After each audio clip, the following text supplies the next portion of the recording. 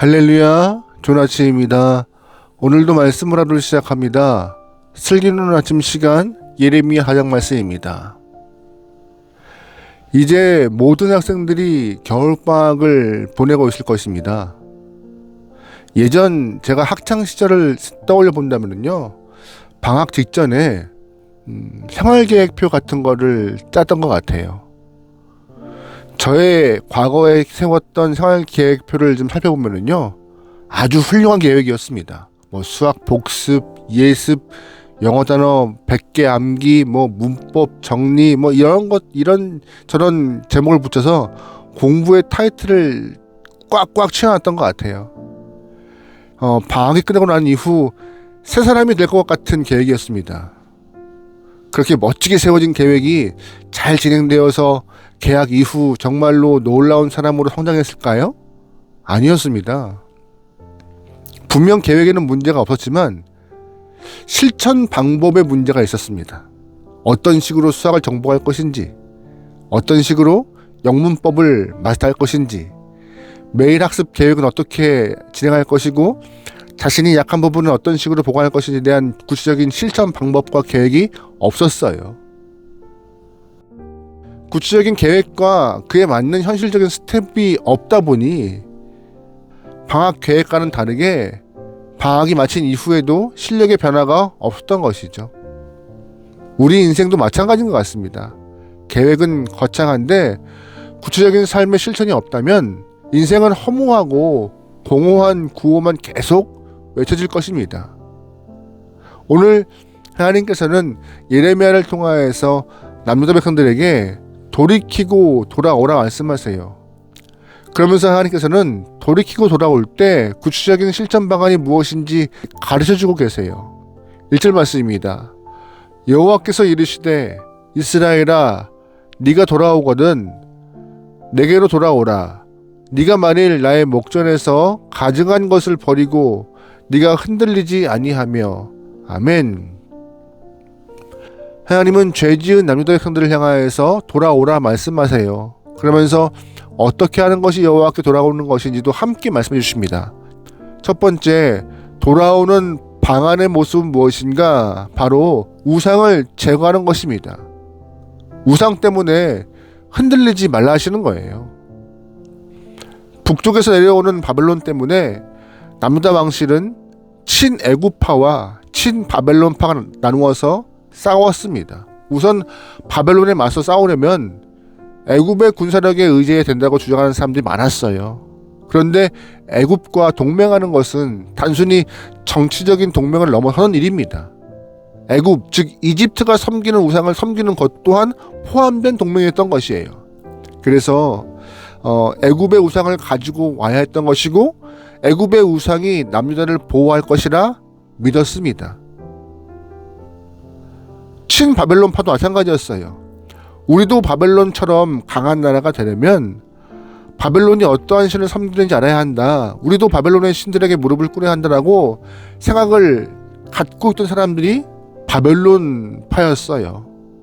한마디로 하나님은 힘이 없으며 자신들을 보호하지 못한 신이라고 생각했기 때문에 애굽의 신이나 바벨론의 신을 남유다에 모셔와야 한다라고 그들은 생각했던 것이죠. 결과론적으로 남유다에는 애굽의 우상과 바벨론의 우상이 판을 치게 되었습니다. 그래서 하나님은 남유다에게 내게 돌아오려거든 뭘 제거해요? 우상을 제거하라 말씀하신 것이죠. 우상 숭배는 성상을 만들어 놓고 그 앞에 절하는 것입니다. 하지만 오늘 우리에게 우상은 나와 하나님 사이에서 우리의 시선을 빼앗는 모든 것이 우상이라고 정의할 수 있습니다. 대표적인 우상은 물질이겠죠. 돈은 하나님과 나 사이에 자리 잡고 있어서 내가 하나님께 집중하는 것을 방해합니다. 물질이 좋아서 살다 보면은 어느덧 하나님은 내 시야에서 사라지고 안 계십니다. 사람도 우상될 수 있습니다. 우상되기 쉬운 사람이 자녀일 것입니다. 부모는 자녀에게 한없이 약해집니다. 자녀의 문제에 대해서는 판단력이 상실돼요. 지금까지 살아온 삶의 기준이 한없이 무너지게 됩니다. 그러므로 자식을 따라가다 보면 하나님은 시야에서 사라지고 안 계십니다. 여러분, 또 목사가 우상될 수 있어요. 목사가 좋아서 목사를 쫓다 보면은 하나님은 안 계시고 사람만 존재하게 될 때가 있습니다. 여러분, 교회가 우상될 수도 있습니다. 교회가 좋아서 머물다 보면 종교 생활은 열심히 하는데 하나님은 사라지고 건물만 남게 됩니다. 그래서 하나님은요, 사람이나 물질 쫓지 말고 하나님 한 분만 붙들고 살라라고 말씀하세요. 이것이 하나님께 돌아오는 구체적인 강론 중에 첫 번째인 것입니다. 바로 우상을 제거하라고요. 그럼 두 번째는 무엇일까요? 하나님께 돌아오는 두 번째 방법입니다. 2절 말씀이에요. 진실과 정의와 공의로 여호와의 삶을 두고 맹세하면 나라들이 나로 말미암아 스스로 복을 빌며 나로 말미암아 자랑하리라. 아멘. 진실과 정의와 공의는 이웃을 향한 덕목입니다. 신앙생활은 수직적으로 하나님과 나와의 관계인 동시에 수평적으로 나와 이웃과의 관계가 형성된 것입니다. 우리가 하나님께 돌아온다는 것은 우상을 제거하고 하나님과의 수직적 관계를 회복하는 것입니다. 동시에 수평적으로는 이웃들과도 정의와 공의를 지키는 것을 의미하는 것이 주 앞에 돌아오는 것이에요. 지금 남유다 백성들은 하나님과의 관계가 어긋나면서 이웃들과의 관계도 불편해졌습니다. 이웃들과의 관계에서 진실하지 못했고 정의롭지 못했고 공의를 행하지 못했습니다. 사회는 부도덕이 판을 쳤고 판결이 굽어졌고 뇌물이 정의를 지배하고 있었습니다. 서민들은 못 살겠다라고 아우성이었으나 정치인들은 여전히 백성들을 압제하면서 희망이 없는 나라가 되었죠. 그래서 하나님은 정의와 공의를 회복하는 것이 여호와께 돌아오는 두 번째 방법이라고 말씀하신 것이에요. 이웃과의 관계에서 사랑을 전하고 베풀어야 하나님께 돌아오는 것이라고 말씀하신 것이죠. 여러분의 삶에서 주 앞에 돌아올 때 이웃과의 관계도 신경 쓸 수 있는 성도기 소망합니다. 아멘. 하나님께 돌아가는 세 번째 방법입니다. 3절 말씀이에요. 여호와께서 유다와 예루살렘 사람에게 이와 같이 이르노라. 너희 묵은 땅을 갈고 가시덤불에 파종하지 말라. 아멘. 3절 말씀에 가시덤불이 등장해요. 이 가시덤불은 힘이 셉니다. 그래서 지력까지 빨아들인다는 말씀하고 계신 것이죠. 가시덤불이 있는데 거기에 씨 뿌리는 것은 시간과 열정과 돈만 낭비하는 것이라고 이야기하는 것이죠. 그런 의미에서 하나님께 돌아가려면 가시덤불이 있는 상태에서 씨를 뿌리지 말고 판을 갈아 엎어라. 묵은 땅을 기경하라. 완전히 새로워져라. 머리끝부터 발끝까지 변해야 한다. 속사람부터 겉사람까지 새로워지지 않고는 돌아올 수 없다라고 말씀하시는 것이었습니다. 여러분, 변해야 합니다. 이전의 모습은 다 버리고 하나님께 돌아가려면 과거의 습관들, 가치관들 다 내려놓고 새롭게 주의 말씀으로 무장할 수 있는 변화가 수반되어야 주 앞에 온전히 갈 수 있는 것입니다. 여러분 삶이 주 앞에 돌아갈 수 있는 변화가 수반되어 아버지 앞에 칭찬받을 수 있는 귀한 영혼 되면 좋겠습니다. 아멘. 이어서 그들에게 마음의 할례까지 요구하시는 모습이 나와요. 4절 말씀이에요. 유다인과 예루살렘 주민들아, 너희는 스스로 할례를 행하여 너희 마음 가죽을 베고 나 여호와께 속하라. 그리하지 아니하면 너희 악행으로 말미암아 나의 분노가 불같이 일어나 사르리니 그것을 끌 자가 없으리라. 아멘. 할례는 무슨 말이에요? 자르는 것입니다. 다시 말해서 과거를 잘라낸다는 의미죠.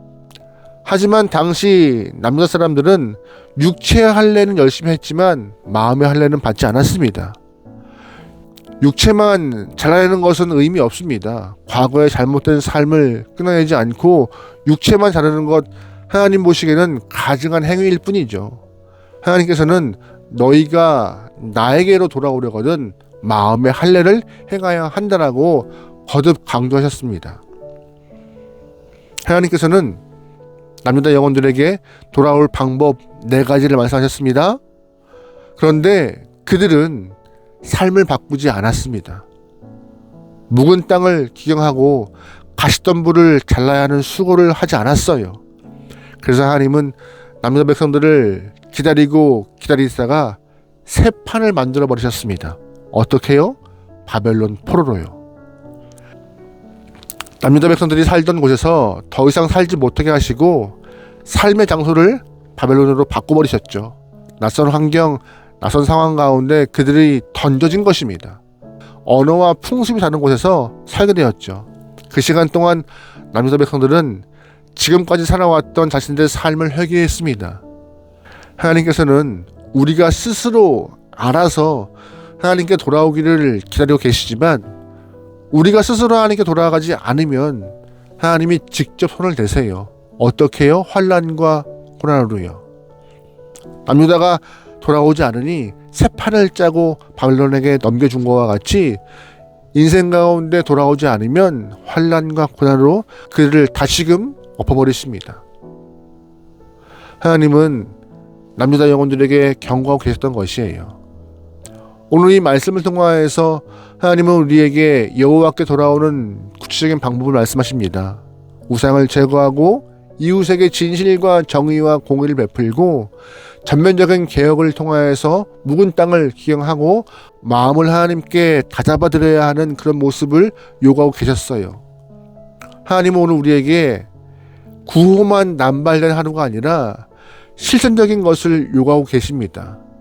오늘 하루 계획만 무성한 하루가 아니라 조금 더 구체적인 실천을 통하여서 하나님이 바라시는 모습으로 한 걸음 더 나아갈 수 있는 여러분과 저의 삶이 되길 소망합니다. 오늘 말씀에서 언급한 것과 같이 우상을 제거하고 이웃에게 진실과 정의와 공의를 베풀고 마음을 기경하면서 그 마음을 주 앞에 드릴 수 있는 여러분의 삶이 되기를 주로 축원합니다. 아멘. 기도하시겠습니다.